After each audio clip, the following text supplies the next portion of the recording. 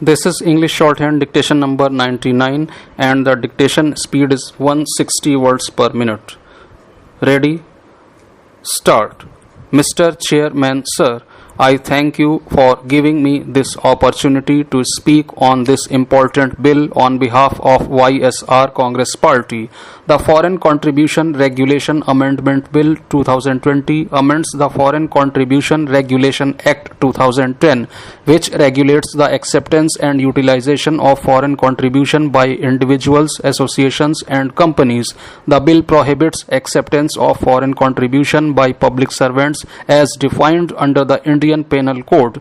This would be extremely useful in preventing officers to accept undue favors from sources that are not in favor of the country's interest. The bill also says that any person seeking prior permission, registration, or renewal of registration must provide the Aadhaar number of all its office bearers, directors, or key functionaries as an identification document. This is also a good move to increase transparency, and we welcome it. The bill further provides that the government may conduct an inquiry before renewing the certificate to ensure that the person making the application is not fictitious or benami, has not been prosecuted or convicted for creating communal tension or indulging in activities aimed at religious conversion, and has not been found guilty of diversion or misutilization of funds, among other conditions. Apart from that, in the earlier act, a person who receives foreign contribution must use it only for the purpose for which the contribution is received. Further, they must not use more than 50% of the contribution for meeting administrative expenses. This bill reduces this limit to 20%, which is a very good move. In addition, under the earlier act, the government could suspend the registration of a person for a period not exceeding 180 days. The new bill says that such suspension may be extended up to an additional 180 days. In conclusion, I would like to mention that the bill is a timely effort by the government in ensuring transparency wherever foreign contributions are taken, and shall also reduce malpractices wherever foreign funds are involved. This bill was much needed, and our party supports the bill.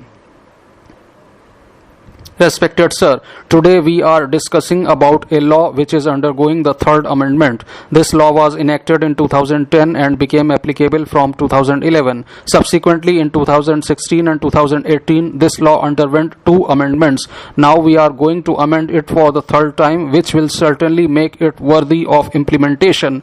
When our country became independent, some people were saying that this was not the real freedom. They were ready to fight for real freedom by an armed struggle and used to garner resources from abroad. Then there were some other people who sought financial aid from foreign countries and utilized them for religious conversions. In 1954, a law was enacted in Odisha to prevent religious conversions. Later on, the MP government also enacted a similar law. Nowadays, many state governments in India have similar anti-conversion laws in place. The then Ministry of Home Affairs was well aware of the fact that funds from foreign countries were being utilized in conversion. Hence, the Ministry of Home Affairs had enacted a similar law in 1975 to prevent misuse of foreign contribution. So, it is nothing new. I am surprised why it is being opposed now. Perhaps some people are apprehensive that their interests will be hindered. In this country, there is a lot of scope to indulge in philanthropic activities,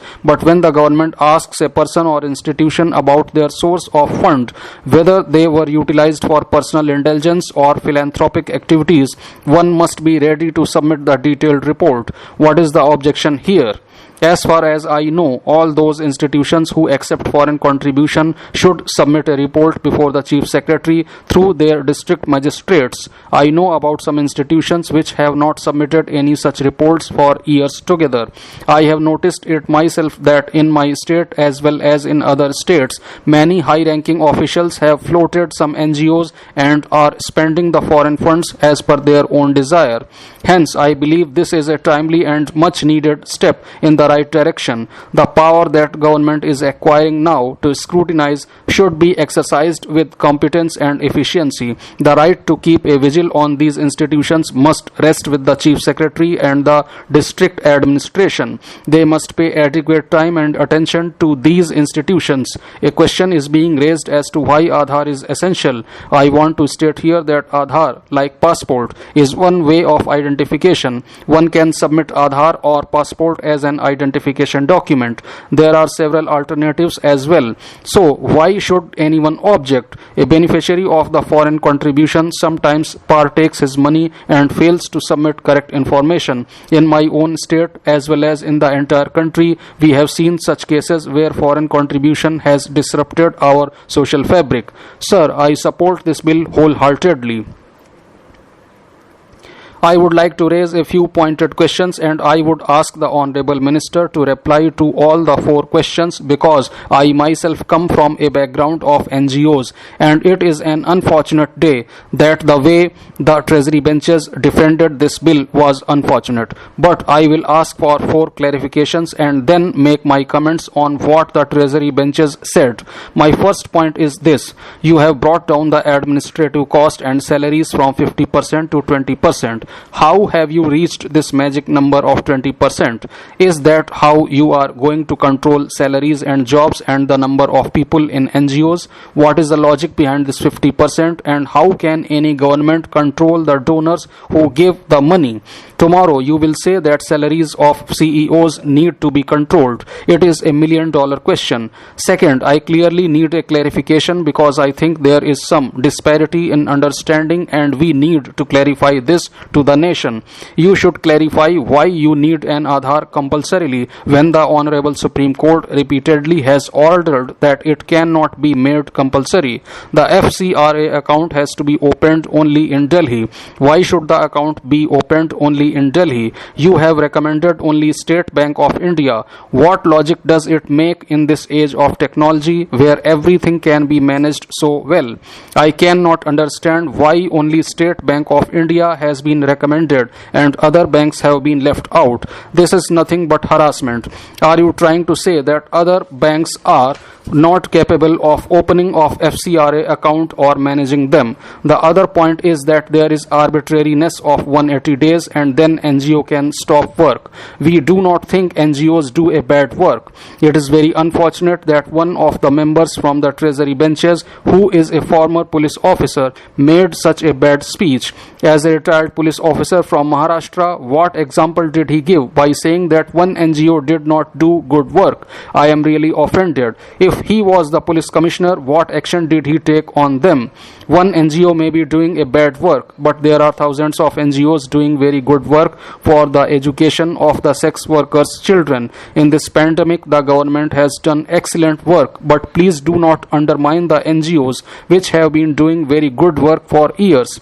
Whether we are on that side or this side, we have to see what they are doing. I have one last point which is most important. He has defended a case which happened in Odisha. It is about a family which was burnt alive. Whatever actions they did, no law anywhere in the world allows you to burn people and burn their children.